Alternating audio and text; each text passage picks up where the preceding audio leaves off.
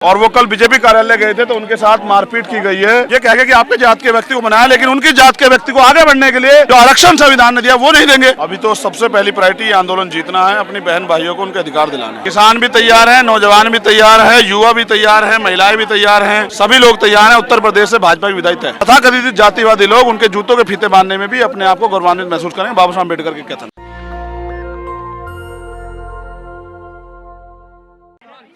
जहां हकमारी वहां रावण। आपको भरोसा नहीं होगा क्योंकि आपको टीवी अखबार ने बताया नहीं है, सोशल मीडिया ने भी तब इसको उठाया, मैंने भी तब दिखाया जब चंद्रशेखर आज़ाद रावण बैठे थे। ये वही जगह पर हम बैठे हैं। यह जगह है लखनऊ का इको गार्डन, जहां पर 69,000 शिक्षक भर्ती घोटाले को लेकर 79 दिन से महिलाएं और युवा जो है प्रदर्शन कर रहे हैं। यह मामला प्रकाश में तब आया पूरी तरह से जब चंद्रशेखर रावण जो हैं वो यहाँ आए। आपको कब पता चला कि यहाँ 69,000 भर्ती घोटाले को लेकर 79 दिन से आंदोलन चल रहा है? देखिए, मैं पता लगने का सोर्स यही है कि एक तो संगठन के जरिए पता लगता है, दूसरा अखबार, टीवी, यूट्यूब चैनल के जरिए पता लगता है। तो एक बार मैं यहाँ लखनऊ आया हुआ था, यहाँ की यूनिट ने बताया कि कुछ बच्चे आरक्षण भर्ती, जो 69,000 शिक्षक भर्ती उसमें आरक्षण घोटाला हुआ है, उसको लेकर आंदोलन कर रहे हैं। और वो कल बीजेपी कार्यालय गए थे तो उनके साथ मारपीट की गई है। उनके साथ जो है उनके हाथ तोड़ दिए गए, उनके कपड़े फाड़े गए, उनको गालियाँ दी गई है। अब आप समझिए कि जिस दिन मुझे पता लगा, फिर मैंने सोचा कि अगर हमारी बहनों पे अत्याचार हो रहा है, हमारे भाइयों पे अत्याचार हो रहा है, हम घर बैठ के क्या करेंगे?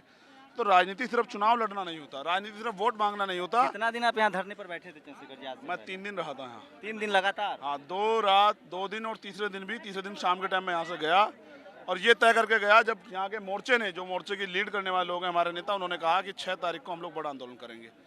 तो उसकी तैयारी के लिए गया और 6 तारीख आज यहाँ हूँ। कल 5 तारीख में आ गया था। ये ओबीसी का सबसे ज़्यादा हकमारी है। आप पहला ऐसे नेता निकले हैं जो ओबीसी की बात कर रहा है। क्या लग रहा है आपको कि SC ST OBC अलायंस जो बनाने की बात करें, उसके लिए और क्या करने की जरूरत है? देखिए, बाबा साहब अम्बेडकर और हमारे जितने महापुरुष हुए हैं, चाहे वो रामस्वरूप वर्मा जी हों, चाहे वो बाबू जगदेव प्रसाद कुशवाहा हो, जननायक कर्पूरी ठाकुर हो, मान्यवर साहब काशीराम हो, सब लोग यही कहते थे कि 85% बहुजन समाज के लोगों को एकजुट होना चाहिए। यही आंदोलन चला और यही हमने उनसे सीखा। तो मेरा ये प्रयास है कि दलित पिछड़े वर्ग के लोगों को एकजुट किया जाए। ये एकजुट हो जाएंगे तो ये अपनी ताकत कुछ दिन समझ जाएंगे और दिन सत्ता में इनकी भागीदारी हो जाएगी, इनका राज आ जाएगा। जिस सत्ता में इनका राज आएगा तो फिर कानून बनाने की ताकत इनके पास आएगी। तभी जब कानून बनाने की ताकत इनके पास आएगी तभी दलित पिछड़े वर्ग के लोगों को न्याय मिलेगा। चंद्रशेखर जी, आप ओबीसी की बात कर रहे हैं। प्रधानमंत्री ने 27 ओबीसी मंत्री बनाए, जिसमें 15 यूपी क्लेम किया है। एक भी उनमें से एक भी अगर पिछड़े वर्ग के बच्चों की पीड़ा की बात प्रधानमंत्री रख दे तो मैं मान जाऊँ हमारे नेता जात से नहीं होता है। आप समझ रहे हैं? 85 ये मंडल कमीशन के लिए 42-45 दिन मान्यवर काशीराम साहब ने वोट पे धरना दिया। तो हम लोग महापुरुषों की विचारधारा को मानने वाले लोग हैं, जात से नहीं। हम लोग जात से ऊपर उठ के ये जो 85% बहुजन समाज के अधिकारों की रक्षा करना चाहते हैं, तो प्रधानमंत्री तो उनके वोट को छीनने के लिए जैसे मोहरे बनाए जाते हैं, ऐसे कई मोहरे दलित वर्ग के बनाए, पिछड़े वर्ग के भी। उन मोहरों के जरिए ये कह के कि आपके जात के व्यक्ति को बनाया, लेकिन उनकी जात के व्यक्ति को आगे बढ़ने के लिए जो आरक्षण संविधान ने दिया वो नहीं देंगे। योगी सरकार से आप सहमत, मतलब क्या लग रहा है इसमें योगी सरकार की गलती है? मुख्यमंत्री जानते हैं कि घोटाला हुआ है। अब वो ये नहीं समझ पा रहे करें क्या। अगर घोटाला एक्सेप्ट करें तो ये पता लग जाएगा और पिछली भर्तियों में लोग शंका करेंगे। और अगर झूठ बोलते रहे तो दलित पिछड़े वर्ग के लोग जो समझ गए हैं, क्योंकि पिछड़े वर्ग आयोग की, राष्ट्रीय पिछड़े वर्ग आयोग की रिपोर्ट है जिसमें लिखा गया है कि भाई घोटाला हुआ है, संविधान के अनुच्छेद 14, 15, 16 में आरक्षण जो नियमावली उसका उल्लंघन हुआ है। तो क्या अभी आप लोग विधानसभा का घेराव करेंगे? देखिए, मैंने तो कहा कि मैं आज यहाँ वर्कर हूँ। 2:30 बजे का समय संयुक्त मोर्चा ने दिया है। 2:30 बजे वो जो आदेश करेंगे हम लोग उसको फॉलो करेंगे। Chandrashekhar ji, establish leadership SC ST के जो क्लेम करते हैं यूपी में, वो कोई आ नहीं रहा है। आपने अभी कहा कि वो लोग ED और इनकम टैक्स से डरे हुए हैं। अगर उनको सिर्फ इनकी दलित पिछड़ों की वोट ही चाहिए, अगर इनके 78 दिन से बैठे हुए इन दलित पिछड़ों का दर्द उनको महसूस नहीं हुआ, तो मैं समझता हूँ कि क्या उनकी राजनीति सिर्फ वोट की है? उनको आना चाहिए था, उनको जो है मदद करनी चाहिए थी, क्यों नहीं कर रहे हैं? आज उनकी जरूरत थी। ये लोग चिल्ला रहे थे कि मैं वही कह रहा हूँ जो इन्होंने कहा कि कोई नहीं आया, लेकिन मैं अपनी सामाजिक जिम्मेदारी को निर्वहन कर रहा हूँ। आज पूरे यूपी से और कई राज्यों से लोग आए हैं, युवा आपके साथ है। क्या होगी आपकी रणनीति, क्योंकि आप युवाओं में बहुत फेमस है? मैंने देखा अभी के समय में इतने लोग नहीं जुटा पाते हैं। क्या स्ट्रैटेजी रहेगी आपकी पार्टी की भी, और आप चंद्रशेखर रावण आपकी क्या स्ट्रैटेजी रहेगी विधानसभा चुनाव के लिए? 75 जिलों के लोग आए हैं।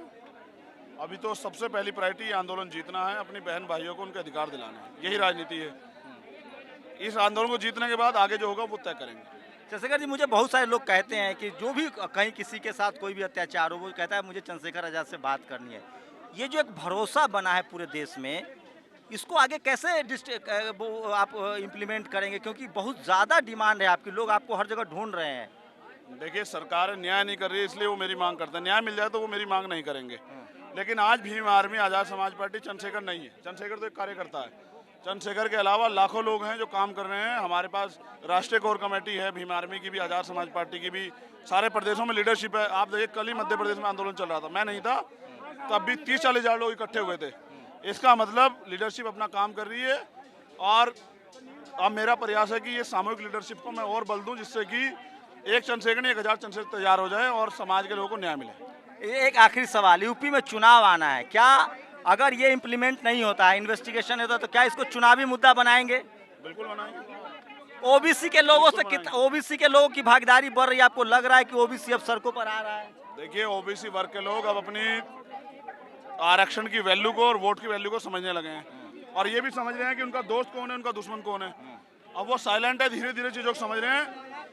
चुनाव के समय वो जवाब देंगे। एक आखिरी सवाल, कल आपने किसानों का समर्थन किया है, आज भी मन से नाम लिया है, कल जो मुजफ्फरनगर में महापंचायत हुई उसको लेकर आपकी क्या प्रतिक्रिया है?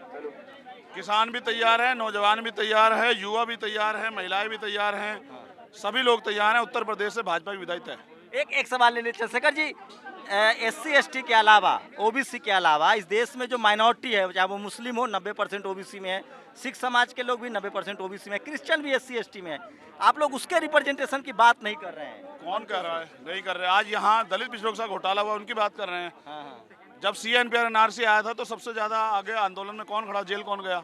ओबीसी कैटेगरी में तो मुसलमान भी 90% आते हैं। हाँ, तो वो यहाँ हैं।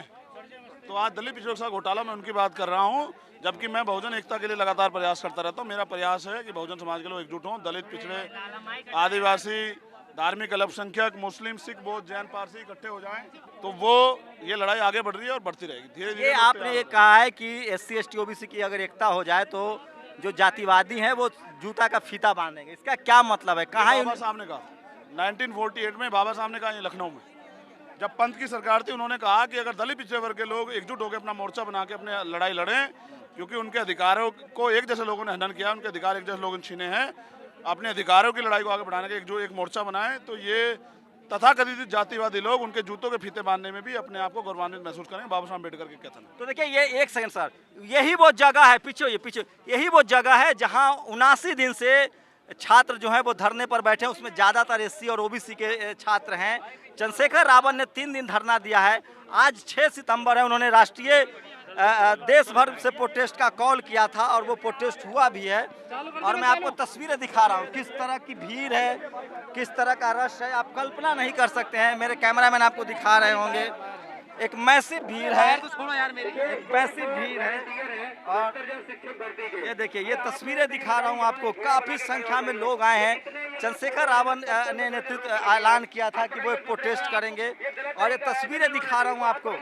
देखिए किस तरह से चंद्रशेखर आजाद रावण ने इसी ग्राउंड में कहा था, 3 दिन वो धरने पर बैठे थे, उसके बाद आज एक बड़ी रैली को संबोधित किया है और उन्होंने कहा है कि SC ST OBC माइनॉरिटी के जो आरक्षण की लड़ाई है उसको वो लगातार लड़ते रहेंगे।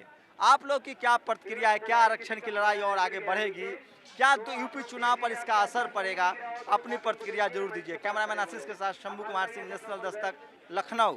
नेशनल दस्तक की आपसे गुजारिश है कि अगर इसको बचाना चाहते हैं तो नेशनल दस्तक को सब्सक्राइब करने के लिए रेड कलर के सब्सक्राइब बटन को दबाएं, फिर बेल आइकन की घंटी दबाएं। नेशनल दस्तक को बचाने के लिए बहुत जरूरी है कि हर खबर को शेयर करें, लाइक करें, कमेंट जरूर करें।